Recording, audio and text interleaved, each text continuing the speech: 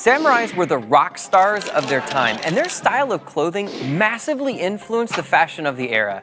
But except for the most formal occasions, samurai didn't really dress to impress. Their everyday clothes were not very elaborate, but every aspect of what they wore was designed to fit their needs as warriors. Samurai dressed for speed, travel, and freedom of movement. Their regular outfit consisted of wide hakama trousers and a kimono or hitare, a type of vest that was pointy and imposing at the shoulders. The costume left the arms free, and the hitare vest could be removed quickly in case of a surprise attack. The kimono was generally made of silk because of its coolness, feel, and appearance. Samurai history began in 792 when Japan ended its policy of enlisting troops. This led local neighborhoods to assemble their own forces for defense, which led to the awesomeness we have known as the samurai class. By 1185, warlords took over and fought in the name of the emperor. These warlords or shoguns were military dictators. Sometimes they were appointed by the emperor, but they generally thought of themselves as the rulers. Serving underneath the shoguns were the daimyo, which translate to great landholder. Samurai served under these landholders and were so committed to them that they would pledge to serve in life and death. In fact, they were also so committed to the other samurais that if only two were left against a whole army, they would still fight to the death. How did samurai warriors train? Great question. Samurai were experts in many weapons: bow and arrow, spears, and even unarmed combat. Eventually, the sword became the weapon of choice. But the sword was more than just a weapon. It became the soul of the samurai, the embodiment of his spirit.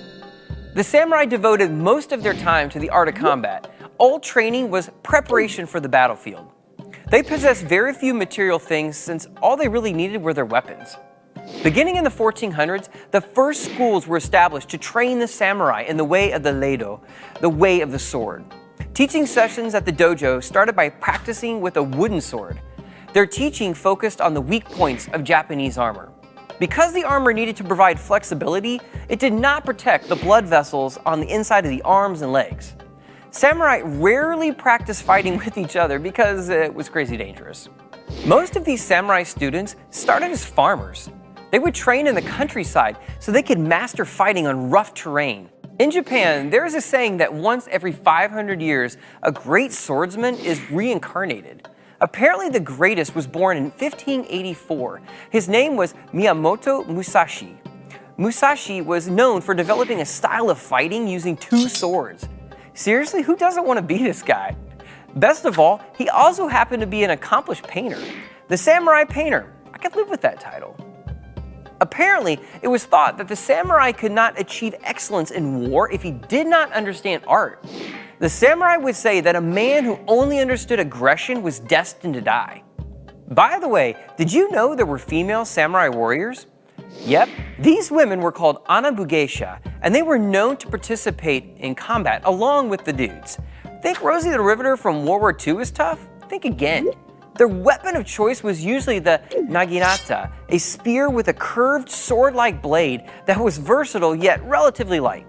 It's like the girl from The Hunger Games, Katniss Everdeen, but this isn't a movie. Talk about the bizarre yet fascinating armor worn by the samurai. Unlike the ridiculously heavy armor of the Europeans, the samurai armor was built for mobility. A good suit of armor had to be sturdy yet flexible enough to allow its wearer free movement in the battlefield. The armor had lacquered plates made of leather or metal, carefully bound together by laces or leather of silk. The arms were protected by large, rectangular shoulder shields and light armored sleeves. The right hand was often left without a sleeve to allow maximum movement. The strangest part of the armor was the helmet, called the kabuto.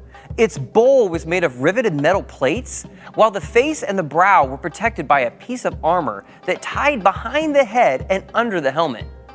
The most famous feature of this helmet was its Darth Vader-like neck guard. That's right, Darth Vader's design was actually influenced by samurai helmets. George Lucas knew how intimidating this type of headgear would look. This design was ingenious since it defended the wearer from arrows and swords coming from all angles. Last but not least is that iconic sword. Samurai originally carried a sword called a chukoto, which was essentially a slimmer, smaller version of the straight swords later used by medieval knights.